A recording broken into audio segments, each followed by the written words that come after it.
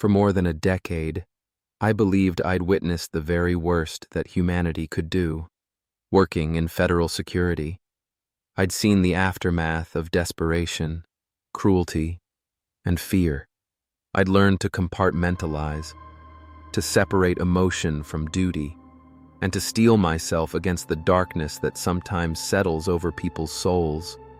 I thought I was unshakable, immune to the unknown, but nothing prepared me for what happened that night in the shadow of Shenandoah National Park. That encounter, brief as it was, changed the way I see the world, and myself, forever.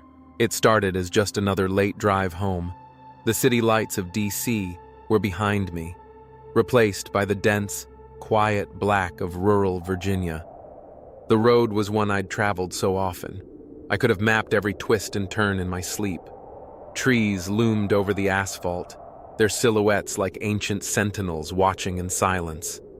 The hum of my tires and the low drone of the radio were the only sounds. Usually, there's a comfort in the routine, knowing that safety lies in familiarity. But that night, the air felt charged, as though something was just slightly out of place.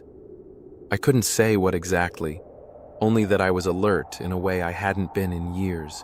As I rounded a bend, my headlights swept across the roadside brush. That's when I saw it, a lone figure standing just beyond the reach of the light, half shrouded in shadow where forest met road. My first thought was that it was a person, maybe a hiker or a lost traveler. This wasn't unusual. Sometimes people wander off the trails or have car trouble. But as I drew closer, something about the figure set every nerve in my body on edge. It was tall, unnaturally so. Even compared to the tallest basketball player, this thing was stretched, elongated, as if someone had taken a person and pulled them like taffy.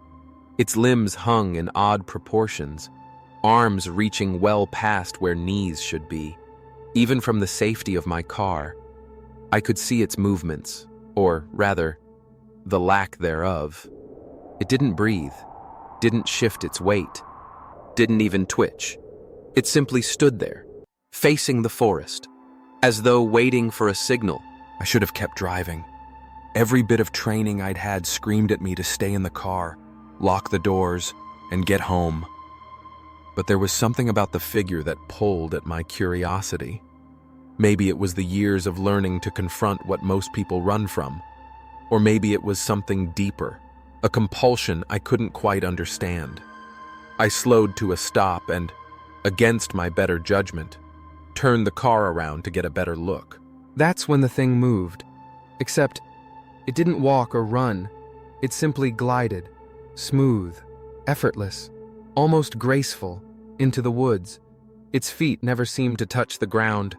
The effect was so uncanny that for a split second, I wondered if I was dreaming. The adrenaline kicked in, and my hand went to the familiar weight of my sidearm. Logic told me that this was nothing, a trick of the light, maybe a deer rearing up on its hind legs. But my gut told me otherwise. I pulled over to the shoulder and stepped out of the car. The night air was colder than I remembered, and every sound seemed amplified. The crunch of gravel beneath my boots, the distant calls of night birds, the rustle of wind through the leaves. Each step felt heavier, as if the darkness itself was pressing down on me, urging me to turn back.